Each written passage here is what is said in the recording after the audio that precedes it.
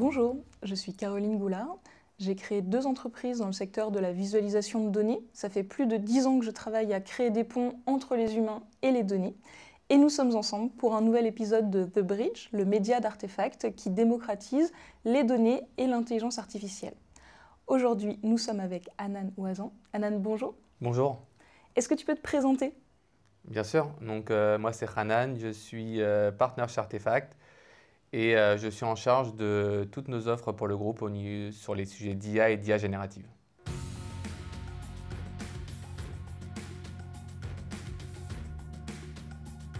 Est-ce que tu peux nous définir d'abord qu'est-ce que c'est un agent AI? Qu'est-ce que c'est l'agentique? Alors, c'est une très bonne question. C'est vrai qu'il y a quand même, je pense, plein de définitions sur le marché et elles ne sont pas toutes équivalentes. Ma définition à moi, pour ce que ça vaut, l'agent pour moi, c'est un système autonome qui est capable d'exécuter des tâches afin d'obtenir un résultat, tout en étant capable aussi de s'adapter à son environnement. Et j'incite, le s'adapter à son environnement est très important. C'est ce qui donne à l'agent une certaine souplesse dans la réalisation des tâches que tu lui demandes. Donc ça, c'est la logique d'agent. L'agentic, c'est encore quelque chose d'un peu différent parce que les agents, il faut être conscient que pour qu'ils puissent faire ces tâches-là, tu peux faire 2 choses. Soit tu leur dis exactement quoi faire et ils le font, soit tu leur dis ce que tu attends d'eux et ils se débrouillent pour le faire. L'agentic, c'est ce deuxième point. C'est cette capacité de pouvoir définir ce qu'il faut faire pour atteindre l'objectif. Donc vraiment pour remettre les concepts en face, un agent, ça fait des choses automatiquement pour un objectif en étant conscient de son environnement. L'agentic, c'est un agent pour lequel tu n'as pas défini en amont la manière de le faire et que c'est lui qui, par son processus de réflexion, identifie le chemin optimal pour réaliser la tâche.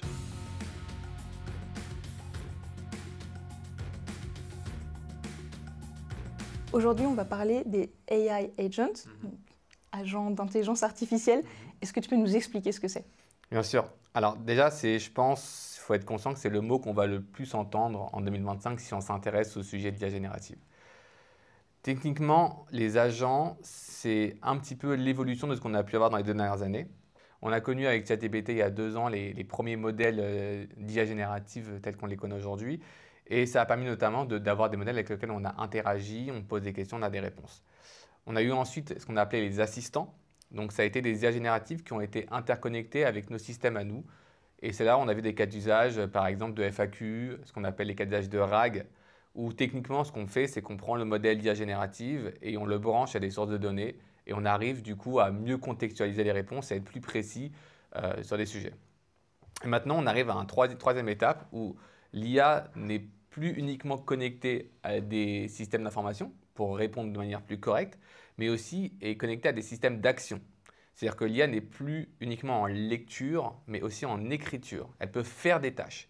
Et donc cette logique d'agent, c'est justement cette logique de comment on donne à l'IA la capacité de pouvoir agir à la place de son utilisateur et réaliser des actions pour lui. Et c'est là où c'est vachement intéressant. Et c'est là aussi où, quelque part, eh bien, on a passé le gap sur un troisième niveau. Il y a un point intéressant aussi à mettre en avant, c'est cette logique de RPA. Donc on parle beaucoup du RPA, c'est quelque chose qui existe depuis des années. Donc RPA, pour l'acronyme, c'est Robotic Process Automation. Et c'est l'art d'automatiser des processus en décomposant le processus en un ensemble de tâches qu'on vient séquencer et sur lequel à la fin on arrive à un résultat. Exemple, je vais sur mon site de banque ou mon site d'opérateur téléphonique et on me demande d'uploader ma pièce d'identité. Donc moi je prends une photo ou un scan de ma pièce d'identité. Le scan est uploadé, l'IA va lire ma pièce d'identité, va prendre mon nom, mon prénom, ma date de naissance, ma taille et va prendre ces informations-là et les rentrer dans le système d'information de la banque ou de l'acteur téléphonique. Donc ça c'est du RPA, c'est un processus en 3 étapes.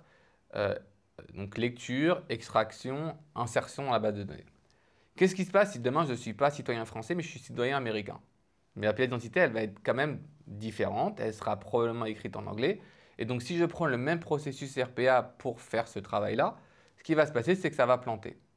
Pourquoi? Parce que l'IA n'est pas pensée, enfin plutôt le RPA n'est pas pensé pour lire l'anglais, n'est pas pensé pour ce format de carte d'identité, et donc ça ne va pas marcher. Ce qu'on arrive à faire du coup maintenant avec les agents, c'est d'apporter cette souplesse en utilisant l'intelligence de l'IA générative eh bien, pour s'adapter à ces changements de format, s'adapter à ces changements de langue. Et donc l'agent va être capable de se dire « Ah, tiens, c'est écrit en anglais, mais bon, name, ça veut dire non. Donc je comprends que c'est la même information. » Et donc quelque part, on va apporter cette souplesse additionnelle à la logique de RPA.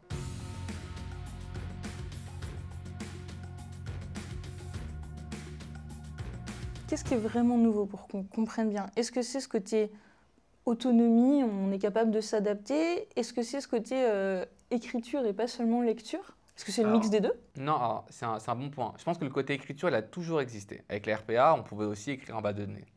Ce qui a vraiment drastiquement changé, c'est cette capacité d'adaptation, comme tu l'as dit, mais qui découle surtout de cette intelligence.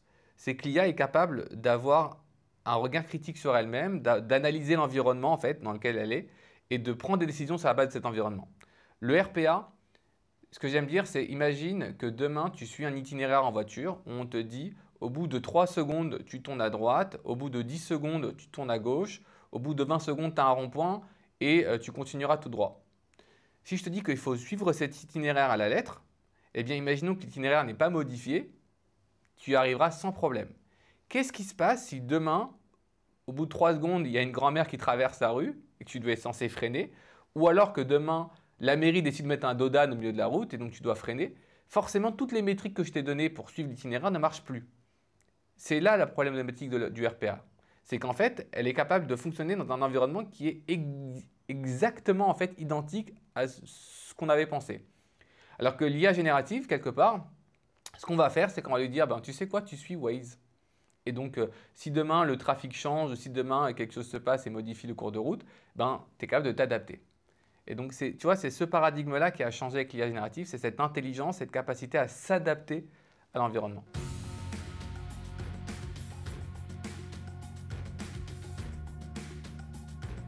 Et alors, du coup, ça sert à quoi? Parce que j'ai l'impression que c'est hyper vaste les cas d'usage. Clairement, c'est pour ça que c'est un peu un sujet aujourd'hui, c'est que c'est très très vaste. Je pense que ça ne servira à rien de raconter tous les cas d'usage qu'on peut faire. Moi, j'aime bien raconter 3 grosses familles qui, je pense, vont être vraiment impactées par cette logique d'agentic. La première famille, je pense, c'est tout ce qui touche à la relation client. Ça, on l'a vu maintenant, ça existe depuis un moment, tous les chatbots qui peuvent répondre à des questions, etc. Mais il faut aller un cran plus loin. Ça veut dire que le chatbot qui fait ta FAQ, ça, c'est SAO 2024, SAO 2023. Alors, j'exagère, mais en réalité, c'est des choses qu'on maîtrise. Alors, les entreprises aujourd'hui travaillent sur avoir un niveau de fiabilité qui est 100% parfait, etc. Mais c'est des choses qu'on sait faire. Maintenant, ce qui est vachement plus intéressant, c'est si l'agent, ou si le chatbot, pardon, il est capable d'être plus intelligent que la FAQ. Exemple, moi, je suis sur le chatbot et je dis « Bonjour, j'ai un problème de réseau, j'arrive pas à capter Internet avec mon téléphone. » Et donc, si au lieu de me dire « Ah, tu sais quoi, je vais aller regarder la FAQ et je vais te dire ton problème numéro 1, c'est peut-être parce que tes paramètres sont pas bons ou parce que il y a un incident à côté de chez toi et si tu captes plus ou parce que tu as consommé ton forfait, etc., etc., etc. » Donc la FAQ, ce qu'elle va faire, c'est qu'elle va te donner une liste de possibilités et après, ça sera à toi d'aller explorer chacune des pistes données et de te faire un avis et potentiellement de résoudre ton problème. Avec les agents, ce qu'on va pouvoir faire, c'est aller plus loin que ça. C'est de dire, tu sais quoi, j'ai regardé dans le CRM quel forfait tu avais et j'ai vu qu'en fait, tu as un forfait avec 100 gigas de consommation par mois et je constate que tu as consommé ces 100 gigas. Donc, je suppose que la raison pour laquelle tu n'as plus Internet, c'est parce que tu es passé en débit limité et que donc, du coup, tu captes plus très bien. Tu vois, cette capacité de l'agent d'aller lire dans les différents systèmes, de réfléchir, de prendre une décision et même après de te suggérer, de te dire, si tu veux, eh bien, tu peux prendre le forfait supérieur à 120 gigas ou alors pour ce mois-ci, si tu penses que c'est exceptionnel, de payer 2 €, d'avoir 5 gigas de plus et donc sur ce mois-ci, tu ne seras pas pénalisé. Et donc, en conséquence, par exemple, de te dire, si tu choisis l'option numéro 1, l'option numéro 2, mettre à jour ton contrat. Tu vois, c'est vraiment l'étape d'après où, quelque part, on peut aller encore plus loin dans la relation client. Ça, c'est un premier sujet. Évidemment, il y a d'autres cas d'usage sur la relation client. Je vais assez vite dessus, mais par exemple, assister l'agent qui prend l'appel pour l'aider à résoudre le problème du client. On peut aussi faire des choses hyper intéressantes. Analyser a posteriori les appels qui ont eu lieu sur le call center et proposer des améliorations pour, par exemple, réduire la volumétrie à terme. C'est aussi des choses qu'on peut faire. Les cas d'usage dans la relation client, il y en a énormément. J'ai illustré avec le chatbot parce que je pense que c'est celui qui est le plus parlant, mais il y a plein de choses à faire. La deuxième famille qui est très intéressante aussi, c'est tout ce qu'on appelle un peu le back-office. Donc le back-office, c'est tous les métiers qui, en fait, aujourd'hui, sont du traitement qui se passe un peu behind the scene dans plein de boîtes. Alors l'exemple que j'aime bien raconter dessus, c'est par exemple, toi, tu es une personne qui souhaite acheter un bien immobilier et donc tu fais une demande de crédit auprès de ta banque pour avoir en fait un crédit. Et donc, ce qui se passe quand tu fais un processus digital en général, c'est que tu vas sur la banque, le site de la banque, tu renseignes des informations, tu donnes par exemple tes 3 fiches de paye, tu donnes ton contrat, ta facture EDF, justificatif de domicile. Sur certains crédits qui dépassent certains montants, tu dois même parfois donner des examens sanguins. Bref, un certain nombre d'informations qui sont ensuite analysées en back-office justement par des gens qui vont ressaisir toutes les informations, qui vont checker que c'est bien correct, que les informations se recoupent correctement, puis derrière aller utiliser un logiciel de simulation de crédit, prendre toutes les informations, les simuler, te faire une offre et ensuite t'envoyer un email pour te dire soit ben, c'est refusé, et après par contre tu ne sais pas pourquoi, soit te dire ben, en fait c'est accepté et voici le taux. Et en fait, tout ce processus-là, ça prend du temps parce qu'il faut que quelqu'un, d'abord évidemment, il n'a pas que ton dossier de crédit à toi, il en a plein. Et en plus de ça, ben, il faut prendre tous tes documents. Ça peut être parfois 10 pages qu'il faut lire, éplucher, renseigner, saisir manuellement dans un logiciel, simuler, comprendre pourquoi la simulation elle est bonne ou pas bonne, avoir un regard critique, etc. etc. Grosse maille, ça peut prendre, tu vois, 4-5 jours pour avoir juste une réponse. Et toi, entre-temps, ben, tu attends et tu ne sais pas s'il faut ou pas ben, faire une offre auprès de ton vendeur. Eh bien, demain, avec l'IA générative, on peut imaginer un processus qui est complètement différent. Tu uploads les différents documents, l'IA vient, elle lit les différents documents, elle extrait de l'information, elle s'interface avec le système de simulation, elle fait des simulations, elle te dit oui ou non. Si elle te dit non, elle t'explique pourquoi, elle donne des suggestions pour faire mieux. Et si elle te dit oui, elle te dit tu sais quoi, si voilà, tu as ce taux-là, mais si tu augmentes ton apport en passant de 15 000 à 22 000 euros, ben là, tu réduis drastiquement ton crédit, enfin ton taux de crédit parce que tu as atteint un certain seuil. Tu vois, c'est complètement différent. Un, tu as réduit le temps, mais tu es passé de 4-5 jours à en réalité, allez, une vingtaine de minutes, trentaine de minutes pour qu'il puisse faire son traitement. Évidemment, tu auras ta réponse en 24 heures parce qu'il y aura un agent humain qui va relire et qui va analyser tout ça, mais le temps, il a quand même été divisé drastiquement. Et deux, tu es allé même plus loin que l'actuel parce que quand tu as un refus, tu expliques pourquoi, chose qui n'arrive pas tout le temps. Tu te donnes des suggestions pour avoir un meilleur dossier. Et quand même tu as une réponse qui est positive, ben, tu te donnes des améliorations pour avoir encore un meilleur taux. Donc ça, c'est typiquement ce genre de processus qu'on cherche à un petit peu automatiser avec les agents. Et enfin, troisième famille, c'est je pense tous les cas d'usage autour du développement logiciel aussi. On va en reparler, je pense, par la suite, mais il y a une logique de se dire aujourd'hui, avec ces IA qui sont capables de pouvoir coder, de pouvoir déployer des choses en production, eh bien, comment aussi on peut demain changer drastiquement la manière dont moi, entreprise, je développe mes logiciels, je développe mes softwares, je développe mes projets, mes use cases. Et donc, il y a tout un métier un petit peu du développeur qui est en train d'être repensé autour de ces IA-là. Ça promet vraiment beaucoup de choses.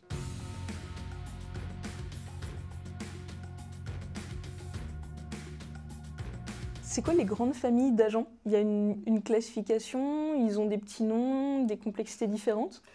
Alors, oui, c'est une très bonne question. Il y a plusieurs familles d'agents. Moi, j'aime bien les regrouper en 3 niveaux et vraiment par rapport à leur capacité d'autonomie. Je m'explique. Le niveau 1, c'est ce que tu vois beaucoup aujourd'hui sur le marché. C'est ce que tu vois dans les outils comme Copilot. C'est des agents, ce qu'on appelle des prompt agents. Donc, grosso modo, tu vas leur donner un prompt, donc une règle du jeu, un ordre. Tu vas dire, voilà, tu es un agent qui fait ceci, cela, ceci.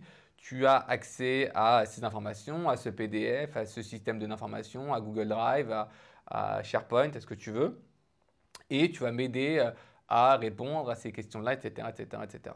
Donc, c'est un agent qui, en fait, ce qu'il fait, c'est qu'il vient automatiser des tâches en décomposant la tâche en plein de petites étapes et qui va du coup te permettre d'automatiser certaines choses. Mais on est vraiment au niveau de la tâche. Donc, on automatise des tâches.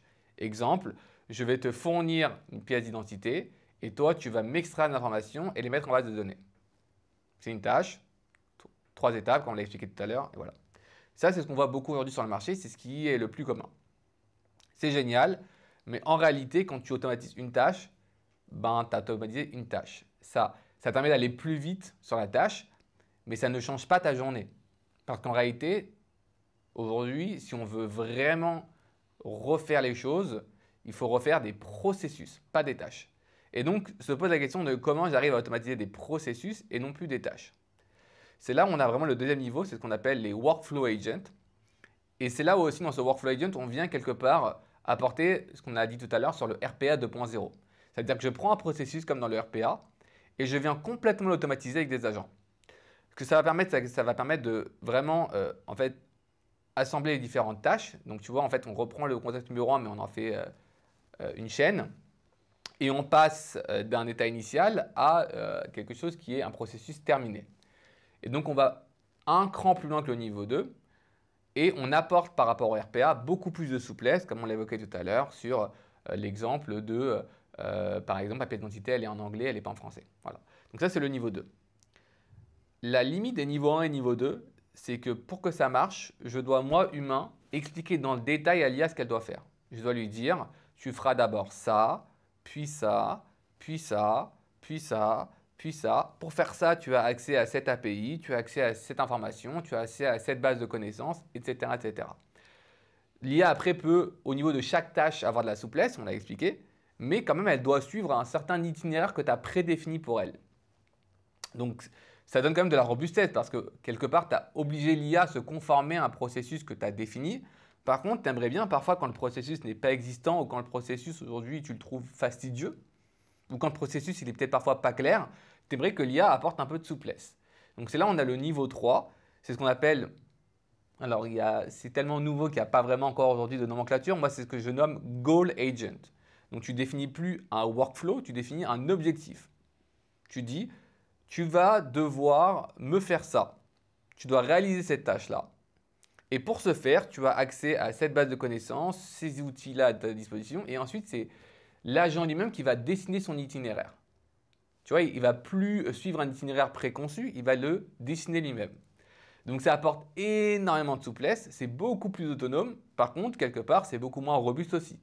Parce que si demain il prend le mauvais itinéraire ou il diverge ou que sais-je, en fait, il y a un processus qui ne se passe pas très bien, ben tu peux rien faire et il peut rester bloqué. Quand on sait, et c'est ça le point important, que ces agents-là, quelque part derrière, pour fonctionner, ils se basent sur les modèles de Generative AI et que ces modèles-là, ce sont des modèles que tu payes à la conso, un agent qui est autonome sur la manière d'utiliser les modèles, il est autonome sur la manière de consommer. Donc là, ah ben attention à la facture, quoi. Donc c'est là où c'est pas évident, c'est là où c'est pour ça aussi que c'est un système et un niveau qui est encore aujourd'hui peu exploité, c'est encore très à l'état de la recherche, ça va apporter beaucoup de souplesse à l'avenir, mais ça demande encore aujourd'hui d'avoir un peu plus de contrôle et un peu plus de confiance dans justement cette capacité à pouvoir faire des choses tout seul sans qu'on définisse quelque part les étapes à suivre.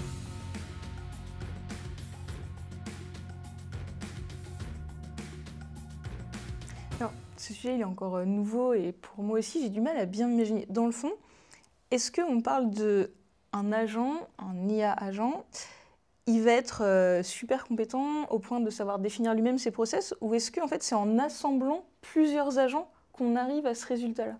Alors c'est une très bonne question aussi. Aujourd'hui, si tu veux, c'est un peu comme dans une entreprise. Souvent on dit je cherche un bouton à 5 pattes. Alors c'est compliqué à trouver. Et deux, même le bouton à 5 pattes, à la fin, il a des courbatures. Hein, parce que s'il fait beaucoup de choses, c'est compliqué. Donc, dans la logique, la manière dont on fait les agents, la bonne pratique, c'est de se dire, quand tu as des processus qui sont très spécialisés, Ce que tu fais, c'est que tu mets, on appelle un agent orchestrateur, donc c'est le chef de projet, le manager, qui lui a une vision globale du processus, qui comprend bien comment les choses fonctionnent et qui est capable d'allouer à des agents très experts les différentes sous-tâches. Donc en fait, tu as une espèce d'équipe projet avec un agent orchestrateur, des agents experts. Et l'agent orchestrateur, son rôle, c'est de, tu vois, fluidifier le processus, donner à chacun les tâches, attendre les retours de chacun, paralyser certaines tâches quand c'est parallélisable, tu vois, les séquencer quand c'est séquençable, et derrière obtenir la bonne réponse. Maintenant, après, tout ça, eh bien, ça reste sous le paradigme qu'on a dit de est-ce que cet agent orchestrateur et ces agents experts, je dois les hard-coder au début, leur donner les étapes à suivre, ou est-ce que je parle juste à l'agent orchestrateur, je lui dis coucou, tu as accès à tous ces agents-là, tu as accès à tous ces outils-là, débrouille-toi. Et après, c'est à lui de faire son travail. Donc, comme on l'a expliqué, il y a différents niveaux. Aujourd'hui, on est plutôt sur la partie workflow, c'est-à-dire que tu donnes quand même les étapes, mais évidemment que demain, et aujourd'hui, il y a des frameworks qui existent. Hein. Tu peux parler de Crew AI, de AutoGPT, ce sont des choses qui existent, qui font ça, mais qui restent encore pour moi aujourd'hui pas adaptées à un usage en production pour une entreprise.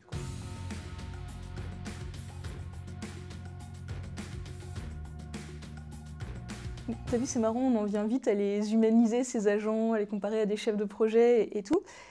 Et ça fait écho à la récente déclaration du CEO de Nvidia, Jensen Huang, qui a dit que les directeurs IT allaient devenir un peu les directeurs RH de ces agents IA, ces nouveaux travailleurs numériques. Et t'en penses quoi, toi? Sur le coup, j'ai trouvé ça très drôle, assez visionnaire quand même, parce que ça pose des vraies questions. Quand on pense à agent, on pense à IA. Quand on pense à IA, on pense à code. Quand on pense à code, on pense à IT. Donc on se dit demain, si tous mes processus d'entreprise, c'est des agents, est-ce que ce n'est pas l'IT qui va gérer du coup tout ça? Je pense que c'est important de garder en tête que un agent, c'est automatiser un processus. Un processus, c'est quelque chose de métier.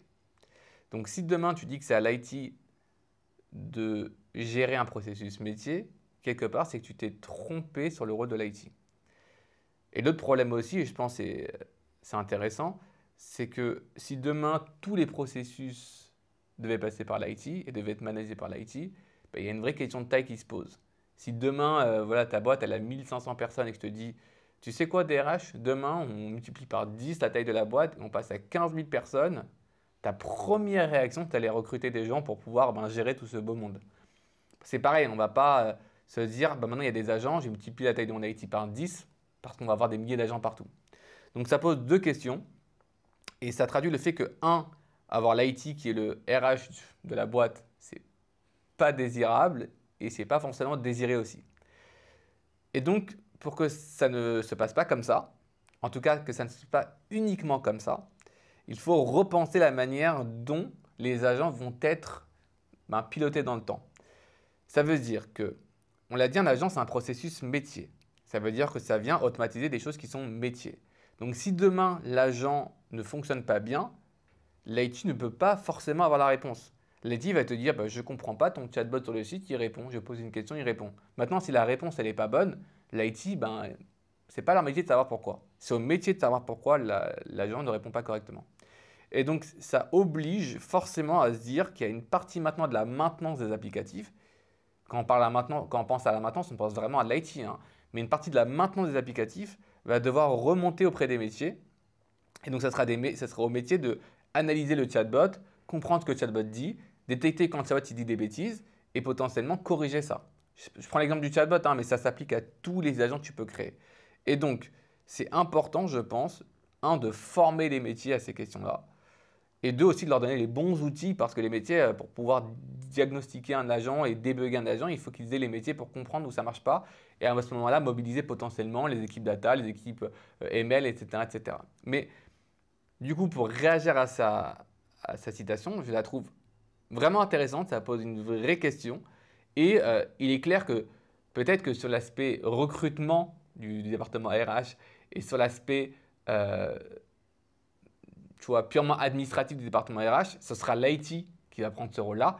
Mais la gestion de carrière et le life cycle des employés agents, je pense que ce sera plutôt au métier de commencer à maintenir ça, avec évidemment les bons outils qu'il faut implémenter.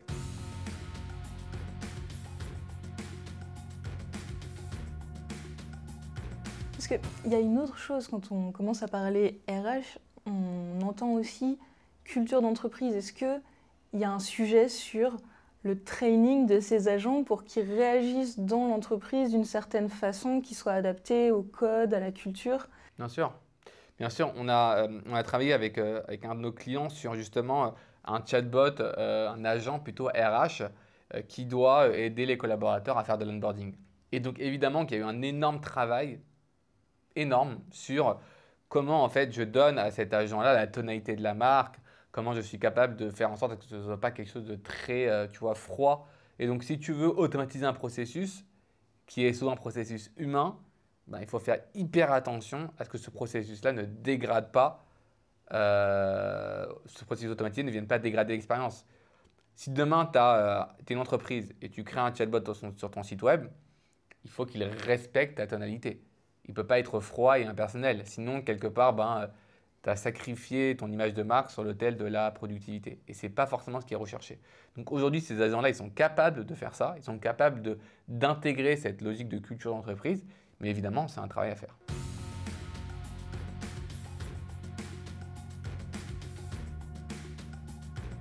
Là, on s'est pas mal intéressé aux agents, mais si on revient maintenant sur les vrais travailleurs humains, c'est quoi la perspective pour eux? Et avant de dire qu'on va tous les remplacer, déjà comment ça change leur façon de travailler? Alors, je ne pense pas qu'on va tous les remplacer. C'est très important de garder en tête que c'est un petit peu comme avec la révolution industrielle. Lorsqu'on a eu la révolution industrielle, il y a eu un vrai sujet qui s'est posé sur le fait de dire maintenant je mets plein de machines dans mes usines et donc forcément les gens qui étaient sur la chaîne de montage et qui travaillaient, eh bien, ils ont été quelque part remplacés par ces machines-là. Mais ces machines-là et ce gain de productivité que ça a apporté, ça a posé aussi des nouveaux problèmes, enfin plutôt des nouvelles questions. Première question, c'est ben, du coup comment je monitore ces machines-là? Comment je m'assure qu'elles travaillent correctement? Comment je m'assure que ce qui est produit par ces machines-là eh bien, respecte le cahier des charges et les normes qu'on a définies? Quand c'est de l'agent humain, quelque part, ben, il le fabrique, il le regarde, tu vois. Mais quand c'est une machine, forcément, tu n'as pas 100% confiance dedans et donc tu veux avoir un processus de qualité. Donc ça crée des emplois additionnels. Donc quelque part, il y a des gens qui étaient avant en charge de construire qui vont être demain en charge d'évaluer. Et deuxième point, c'est que, ben, en fait, c'est toujours pareil. Quand on gagne la productivité, en général, on fait plus de choses. On utilise ce temps pour faire plus de choses.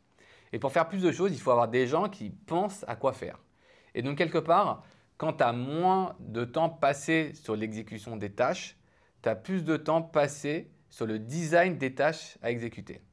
Et donc, tu as quand même des gens qui vont demain devenir des architectes de processus et qui vont devoir repenser la manière dont les choses fonctionnent et de créer peut-être des nouveaux processus. Et typiquement, on en a parlé tout à l'heure, quand tu crées des agents et que les agents automatisent les processus, ton but, ce n'est pas de reprendre le processus humain et de l'automatiser. Il ne faut pas faire ça.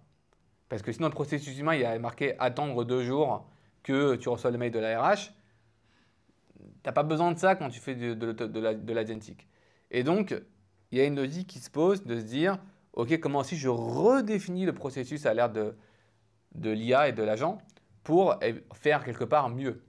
Et donc, se posent du coup les deux nouvelles tâches qui sont des corollaires immédiats, et je ne parle même pas de toutes les tâches qui vont venir et auxquelles on n'a peut-être pas pensé tout de suite, mais la tâche de la qualité, donc comment j'évalue, je supervise, je monitore tout ça, et la tâche du design des processus. Et donc, je pense que dans le futur, les gens vont avoir des tâches qui sont, je pense, beaucoup plus intellectuelles et beaucoup plus aussi axées sur le contrôle, l'efficacité, l'évaluation de cette automatisation qu'on a mis en place.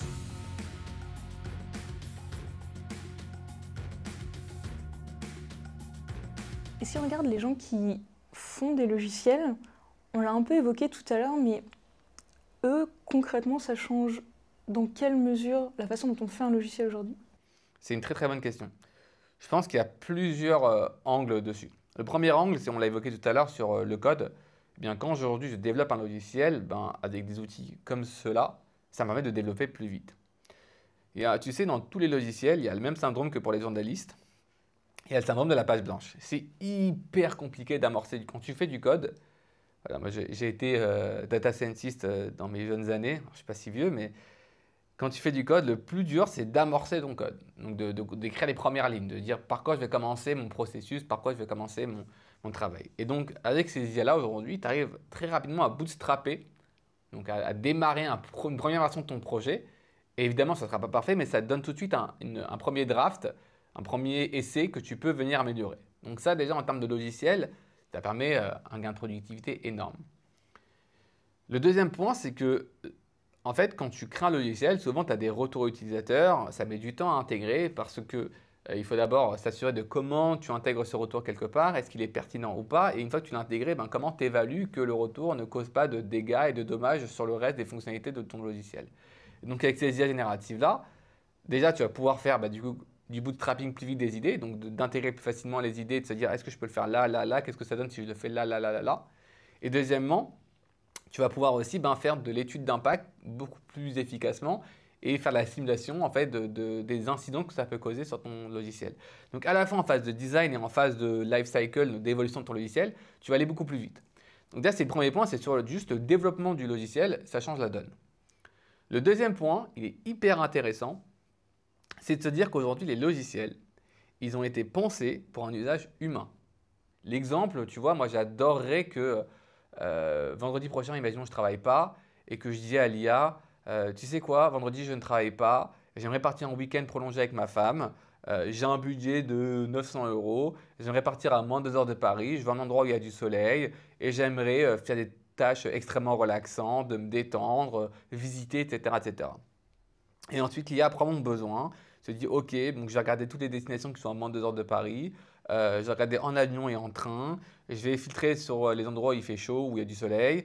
Ensuite, je vais chercher des endroits où il y a potentiellement, je sais pas moi, du spa ou des choses comme ça, et peut-être potentiellement un axe important sur la culture.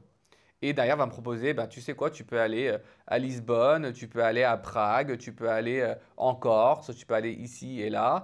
Si tu choisis cette option-là, voilà les activités à faire, voilà l'hôtel que je te suggère, voilà le vol que je te suggère, le budget pour chacune des options. Et moi, ensuite, je dis, très bien, l'option numéro 1 à Prague me va très bien. Est-ce que tu peux du coup faire la réservation? Et donc l'IA, automatiquement, fait la réservation.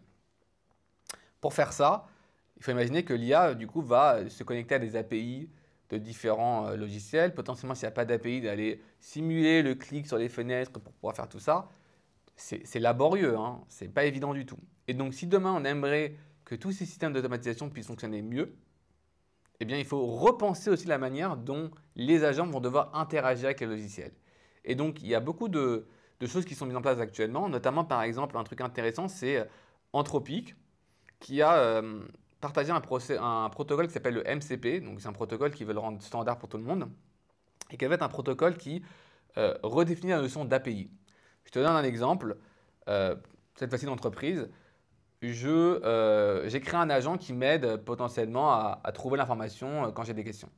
Et donc cet agent-là, il est connecté à mon Google Drive, à mon SharePoint et à mon Confluence. Et donc, quand je pose une question, ce qui se passe, c'est que l'agent va interroger chacun des systèmes de manière indépendante, en se connectant à chacune des API, en respectant le protocole de chacune des API, en récupérant toutes les informations, et ensuite avec un regard critique, en analysant la totalité et en faisant une synthèse.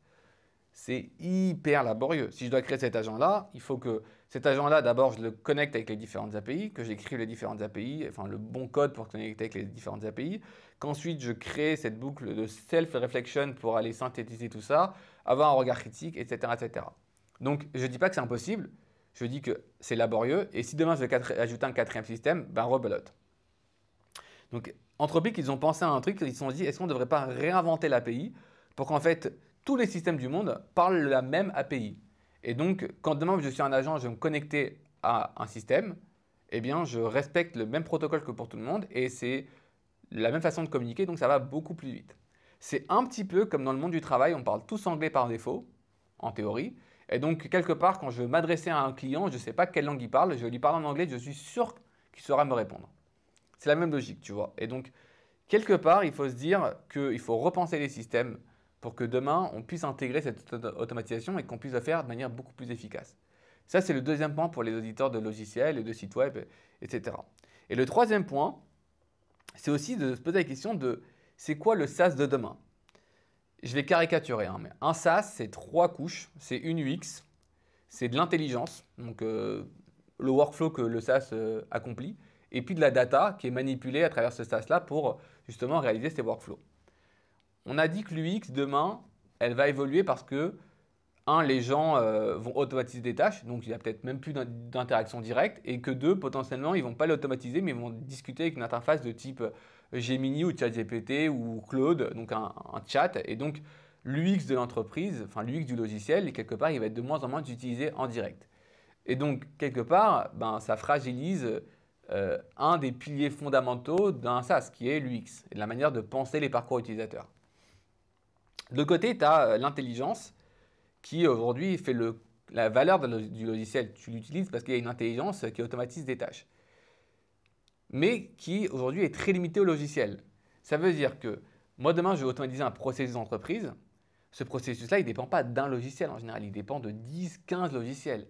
Et donc si demain la logique d'automatisation, elle se retrouve dans le logiciel, chaque logiciel aura son propre agent et donc ça va être une galère à venir orchestrer chacun des agents avec sa petite langue, etc., etc. Donc, il faut sortir l'agent du logiciel parce que le but d'automatiser, c'est d'être cross-logiciel. Et donc, l'intelligence, quelque part, de manière indirecte, elle va se déporter en dehors du logiciel. Donc, on a l'UX qui est plus très intéressante. L'intelligence qui est déportée en partie en dehors du logiciel. Et après, il reste la data, sur laquelle, en général, l'éditeur a travaillé énormément pour avoir un bon data model, mais qui, en réalité, c'est un data model qui contient tes données. Donc, dans ce monde où l'UX est plus utile, l'intelligence a moins de sens au sein du logiciel et la data n'est qu'à toi, je ne sais pas. Je ne sais pas, du coup, comment le SaaS doit demain évoluer. Comment le SaaS doit demain s'interconnecter peut-être avec d'autres systèmes, d'avoir des protocoles d'ouverture beaucoup plus larges, de se dire mon agent je le crée dans ce logiciel-là ou dans ce logiciel-là, mais ils peuvent communiquer les uns avec les autres, c'est les mêmes protocoles de communication. Donc tu vois, se pose des vraies questions demain d'ouverture en fait des logiciels et ce que ça va impliquer pour leur business model, pour les entreprises qui les utilisent et surtout pour cette vision de l'automatisation qui est cross-logiciel. Donc j'ai pas la réponse. Il y a eu un super podcast récemment qui est sorti dans lequel Satya aussi se pose la question demain de l'interconnexion. Donc tu vois, son exemple à lui, c'est de se dire demain, est-ce que Apple va me laisser le droit de automatiser des choses avec Office Copilot dans l'iPhone? Tu vois, c'est une vraie question parce que ça voudrait dire que Apple donne le droit à un logiciel interne d'automatiser des choses au sein de son hardware. Donc tu vois, toutes ces questions se posent. Et le business du SaaS et la vision du SaaS de demain va, je pense, devoir évoluer, ne serait-ce qu'à cause de ce point-là et des deux autres dont on a parlé juste avant.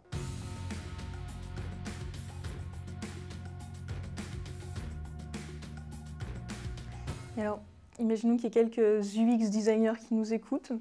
Est-ce que tu vois des perspectives rassurantes pour eux dans ce nouveau monde? Alors, forcément. Tu vois, je grossis le trait à chaque fois parce que, évidemment, je projette dans l'avenir et pour projeter, il faut un mur. Donc, il faut atterrir quelque part. Donc, forcément, quand on entend ça, on dit ah, attends, tous les métiers vont disparaître, etc. Non. On a encore besoin du UX parce qu'il y a plein de choses pour lesquelles aujourd'hui, c'est mieux d'avoir une UX. Tu vois, ton iPhone, il est rempli d'applications. Tu as Siri sur ton téléphone, tu as peut-être ChatGPT sur ton téléphone, mais il y a des choses que tu fais sur une application. Parce que ça va plus vite de le faire comme ça. Donc, je ne dis pas que demain, l'UX va disparaître. Je dis juste que demain, l'UX va évoluer pour ne plus être le seul point d'entrée d'une application. Et donc, c'est surtout pour les éditeurs que se pose la question, plutôt que pour les gens qui font de l'UX. Ensuite, point important aussi, c'est que les UX, c'est pas que de l'input, c'est aussi de la lecture. Donc, par exemple, quand tu lis une application je sais pas moi, de news, tu lis. Tu n'inputes pas, donc tu n'as pas besoin d'un agent pour lire. Donc la question de comment tu lis et l'UX de ta lecture se pose encore. Ça, c'est le premier point. Deuxième point, donc moi, ce que je conseille à ces gens qui font l'UX aujourd'hui, c'est de s'intéresser à ces outils d'automatisation de la création de code. Ce qui va leur permettre à eux de passer beaucoup plus de temps dans la réflexion profonde de l'UX que de la manière de coder l'UX elle-même, en fait. Et donc, quelque part, on vient prendre un peu de hauteur, comme je disais tout à l'heure, et avoir plus une logique d'architecte de l'UX, de designer de l'UX, que d'implémenteur de l'UX. Et c'est là où il y a un vrai paradigme. Et donc, ces gens-là, demain, on les attend pour faire des choses encore mieux. Parce que s'ils passent moins de temps à coder, on espère que l'expérience, pour le coup, va prendre de la qualité parce que il y a plus de temps à louer à ça. C'est peut-être mon conseil pour eux, c'est de s'intéresser à ces outils-là d'automatisation du code parce que demain, ça va leur permettre d'être encore meilleurs et plus pertinents sur l'expérience qu'ils souhaitent apporter à leur UX.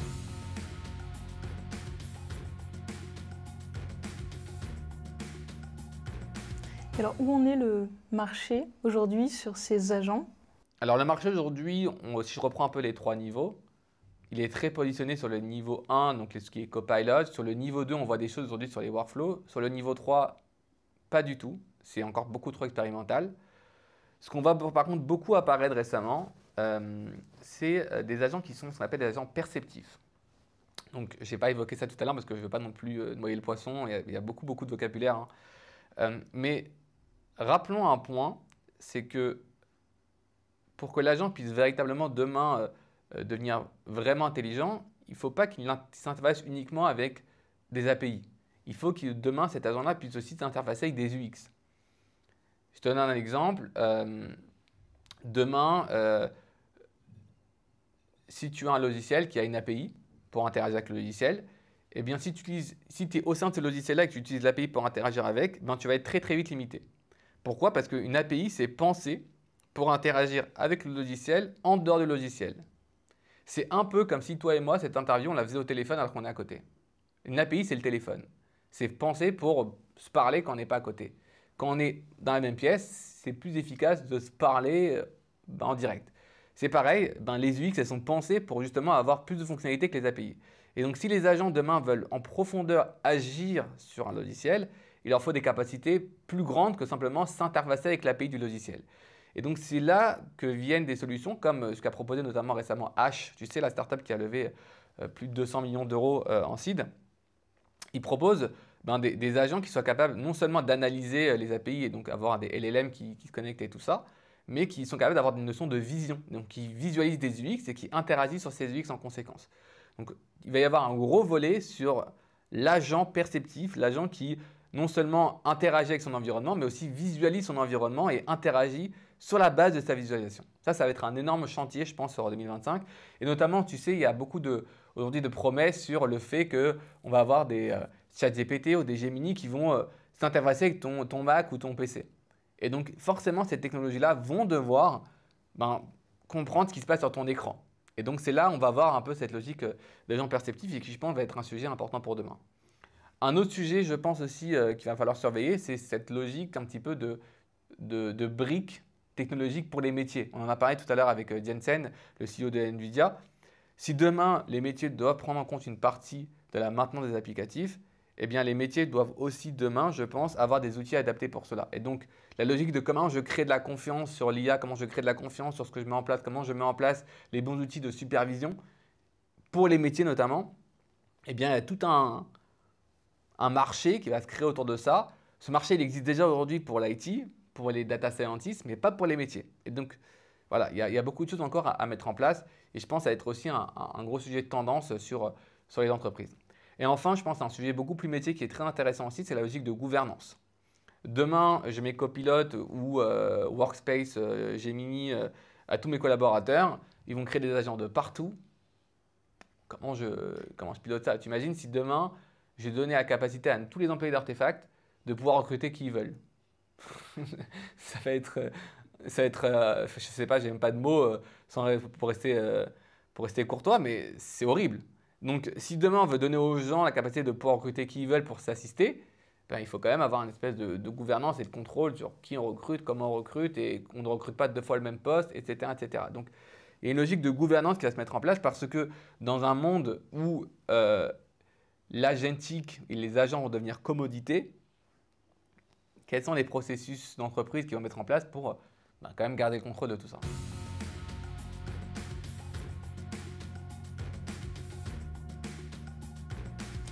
Et tu as déjà, toi, quelques retours d'expérience, quelques retours des terrains sur les erreurs à éviter ou bonnes pratiques? Les erreurs à éviter, c'est, je pense, de penser que c'est magique.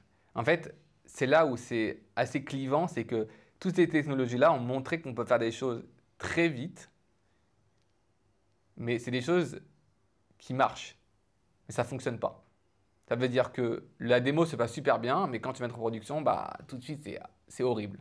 Parce que ça coûte cher, parce que ça dit des bêtises, parce que ça hallucine, etc. Parce que ça prend trop de temps pour la latence, etc., etc. Donc, ce que je conseille aux entreprises, déjà, c'est de se poser les bonnes questions de comment elles vont industrialiser tout ça. Faire des POC pour faire des POC, ça ne sert à rien.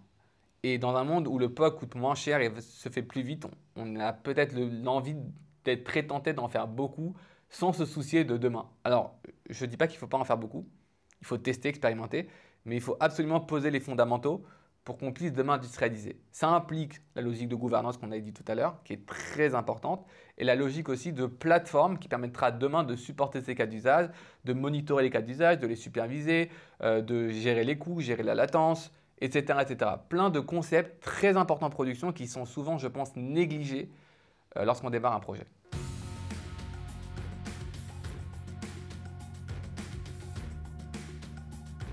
Pour se projeter un peu dans le futur, on est déjà pas mal à l'avance du futur, mais comment tu vois le secteur évoluer dans les prochaines années? Alors, c'est une question à 1 million d'euros, voire plus.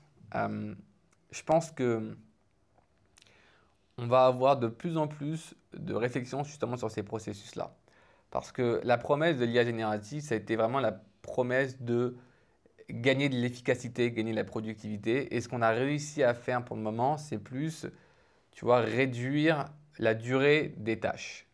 On n'a pas encore réduit le délai des processus.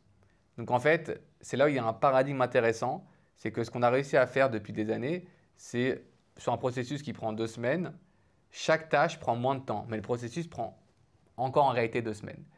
Demain, quand on va réussir à passer ce cap de l'agentic, on va véritablement passer un processus de 2 semaines à un processus de 2-3 jours. Donc c'est là où on va avoir vraiment, je pense, des vrais gains de productivité.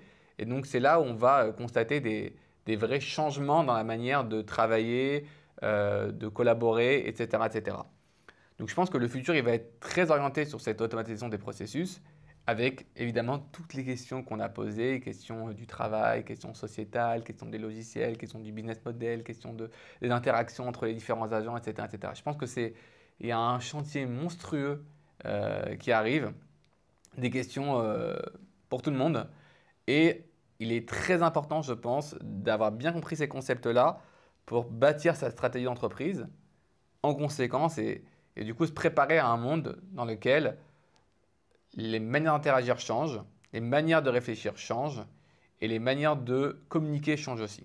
Et honnêtement, je suis très preneur si quelqu'un a la réponse, mais il y a encore beaucoup d'incertitudes. C'est marrant parce que ce que tu viens de décrire, finalement, on a déjà connu ça avec l'arrivée des ordinateurs en entreprise. Il y a eu l'arrivée des ordinateurs, et puis au début, on ne voyait pas de gain de productivité. Et en fait, on a vu que, bah oui, ok, peut-être que la secrétaire, elle a un ordinateur, mais si le patron, il continue à dicter ses courriers à la secrétaire qui maintenant a un ordinateur, on n'a pas changé le process et on n'a pas fait de vrai gain de productivité. Et j'ai l'impression que ce que tu viens d'écrire, c'est un petit peu la même chose, Exactement. Mais à l'échelle de l'intelligence artificielle. Exactement. L'intelligence artificielle, c'est véritablement une révolution qui, et surtout ce concept d'agentic, hein, qui est aussi puissant, je pense, voire plus puissant que ce qu'on a eu avec les smartphones, que ce qu'on a eu avec les ordinateurs, ce qu'on a eu avec Internet.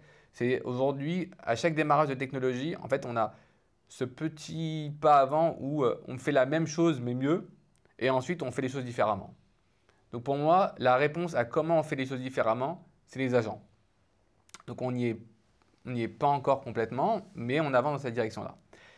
Et si donner encore peut-être un autre, quelque chose qui me vient tout de suite, mais je pense qu'on a eu, tu vois, les modèles, les assistants, les agents, et du coup le futur de ça, c'est quoi? Alors, je n'ai pas envie de dire c'est l'intelligence générale, etc., parce que Terminator, c'est sympathique, mais c'est pas pour tout de suite. Par contre, là, ça va être intéressant, c'est comment demain j'arrive à intégrer ces IA-là et ces agents-là dans des robots. Les voitures autonomes, ça devient beaucoup plus concret aujourd'hui quand on a un agent capable de comprendre, interagir avec son environnement et prendre des décisions. Avant, on n'y arrivait pas. Donc tu vois, c'est logique d'agent aussi. Demain, il faut se dire que si elle est capable de comprendre, d'analyser, d'être conscient de son environnement avec ses yeux, ben, il y a plein de choses qui se passent demain dans le monde de la robotique. Tu sais, notamment, Elon Musk a parler de son robot humanoïde sur lequel demain il souhaite mettre Grok, qui est son modèle d'IA générative. C'est véritablement ça. Donc, je pense aussi demain, n'oublions pas qu'il y aura des usages qui vont en dehors de ce qu'on a raconté, qui sont des usages potentiellement, tu vois, dans les usines ou dans notre quotidien de voitures autonomes, de taxis autonomes, etc. etc. Donc voilà, c'est un peu plus, pas pour tout de suite, notamment pour des questions de réglementation aussi, hein, mais se posent aussi des questions comme ça de robotisation des processus.